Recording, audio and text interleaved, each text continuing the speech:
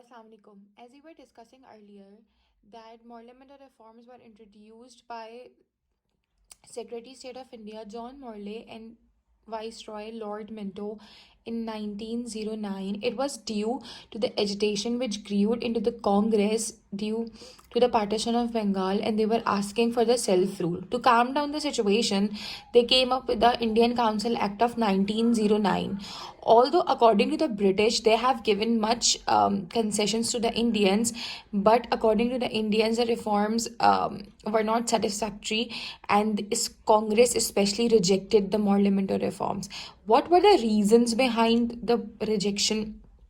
Basically, in 1906, Muslims visited Lord Minto in Simla, and they asked for the separate electorates in the next set of reforms. The separate electorates are basically to secure the Muslim seats in the council, as Muslims will only be voted by the Muslims mandate only. Okay, Muslims will be voted by the Muslims only, and the Hindus will be voted by the Muslims only. And on the basis of those votes, the ministers will be selected in the councils, provincial or central councils. So, in Morley-Minto reforms, the basically when Muslims visited Minto during the Simla deputation in 1906, they asked for a separate electorate. They wanted that Muslims must be voted by the Muslims mandate only, and the Hindus should be voted by the Hindus only. In that way, the position of the Muslims will be secured in the central and the provincial councils. So, the demand of the Muslims for the separate electorate was granted in the Morley-Minto reforms. It was the first base, and it was the first point of rejection by the Congress. As Congress stated, basically, according to the Congress, they have stated that if the Muslims will be given the separate electorate, that means that the British are dividing the India on the basis of constitution, and they were already agitated due to the partition of Bengal. Same, and the British also did the partition of Bengal on the basis of the Hindu and Muslim, on the basis of the religion and the language. So Congress said that the British came here to divide and rule, and they will divide the India, their motherland, and they're dividing the Hindu and Muslims on the basis of the constitution. These two communities will be always politically divided if they will give the separate electorate to the Muslims. And on the basis of that, the Congress started protesting more after the Morley-Minto reforms.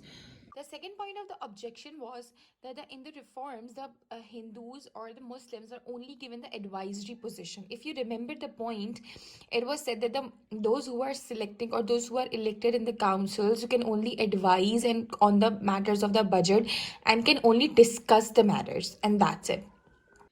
It means simply that whoever is being elected in the council, the central council or the imperial council or the provincial councils, can only discuss budget and can only advise British on on few matters. They cannot take any decision. They cannot participate in any voting. And also, the people who are being elected in the councils are mostly non-official, means the British are selecting them. There were no elections properly. The voting rights were not extended. The people, all the people, they were only being elected or selected will be the better term, will be selected, was being selected by the British only. That हाँ भाई तुम आ जाओ, तुम जमींदार आ जाओ, तुम electric bureaucrat हो, तुम educationist हो, ठीक है. So all the landlords and the अमीर लोग and the elite class, the rich people, they were being selected or in the council by the British, or they were their friends from the Congress and from the League. So few people were given the chance, और जो normal जो आम public है उनको तो chance like बिल्कुल भी नहीं मिला था in Morley-Minto reforms.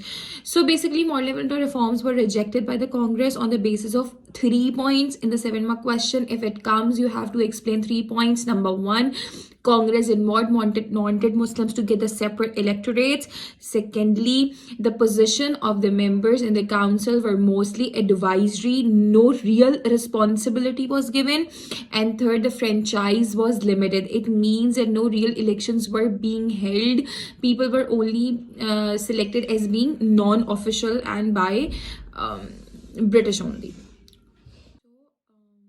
So I hope you like this video. If you like this video, please subscribe to my channel and like and share.